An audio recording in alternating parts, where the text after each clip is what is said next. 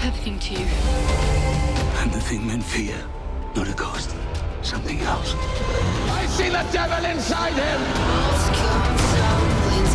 Do you think you are alive because you can fight? You are alive because of what I did to save you!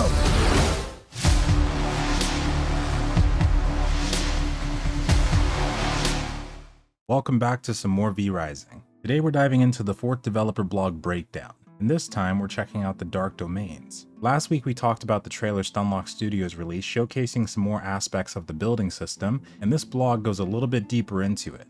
The idea of a home is vastly prominent in vampire mythology, the epic presence of their manor looming above a sleepy settlement. It's a natural fit for a vampire twist on the genre to use the concept of a vampire palace. They get to lean into that fantasy and provide players with all the tools they need to make a home that can be grand, majestic, but also compelling in its function. In V-Rising, castles are intimately tied to progression. The central foundation of your castle is known as the castle heart, which we did go over a little bit in the previous video. As long as blood is pumping through the castle heart, crafting and production stations will be working to provide everything needed to empower yourself for your dark adventures.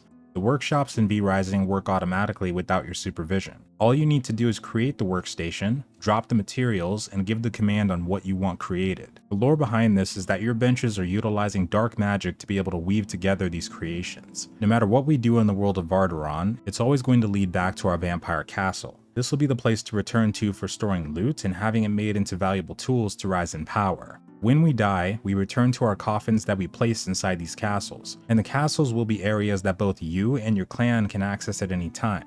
They then talk about what happens when something such as your crafting stations, decorations, and random furniture get destroyed, like in a raid for example. This is probably one of my favorite mechanics about the game because they tell us that repairing things such as statues and braziers is completely free, but this should also include our workbenches and other furniture we placed. They next talk about the building decay that happens if your castle heart runs out of blood. This will show off a glowing red aura along with visibly showing cracks in your structure as a way of showing that the protection has been lost. This is something you'll need to make sure you avoid, but it won't be so intensive that you'll have to play all day long to farm up enough blood to keep your castle heart filled. Just by calculating from the previous Twitter video, several stacks of blood will most likely last you anywhere from 5 to 7 days of protection. The next section is titled Make It Your Own. It starts off with the question, what is a vampiric acropolis if not a statement of status? We are the creatures of the night and proud to be.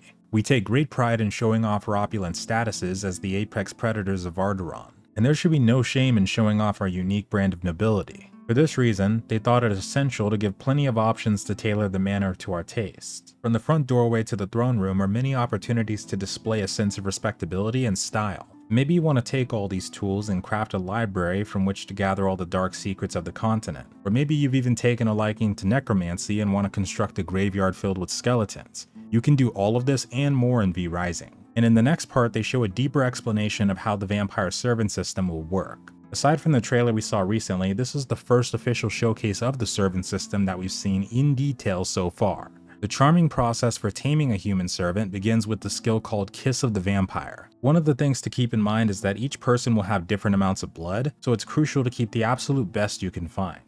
On top of this, you'll need to keep your prisoners happy while you have them in cages, which is a pretty funny thing to think about, but doing this will let you be able to feed on them more often. And if they have a very beneficial blood type, you'll want to do this no matter what. Then when it comes to turning them into an official pawn, you need what is known as the servant's coffin. This coffin acts as a sort of respawn point for the servants, but on top of this, they reveal in this very same post that you will be able to send servants out on missions from your castle throne to gain extra resources. A good example of what this looks like would be the worker system from Black Desert Online. But so far that's all we have to talk about for this developer blog. The castle throne mechanic is super cool and it's going to help a lot with offsetting the resources you'd lose if you got raided, so I would not neglect this mechanic if I was you. Have a wonderful night or day folks, and farewell.